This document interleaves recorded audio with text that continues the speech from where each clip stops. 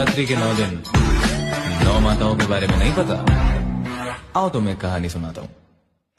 पहला रूप शैलपुत्री सती रूप अवतरत, तृतीय है ब्रह्मचारिणी शिव को जो समर्पित, चंद्रघंटा वो जिनके मस्तक पर चंद्र विराज, कुष्मांडा माँ सब ब्रह्मांड को खुद से उपाधि, स्कंद माता का पंचमी सर्व मोक्ष अंतया, छठवीं माँ कात्यायनी कष्ट रोग सब हरा, काल हरे काल निवारे भूत प्रेत दर कहाँ है, वैसे भी मुक्त सदा हो काल रात्रि जहाँ पे, श्वेत वस्त्र महागौरी अष्टमी को विराजे, सिद्धिदात्री हो नवमी हाथ चक्र वो साजे दोनों।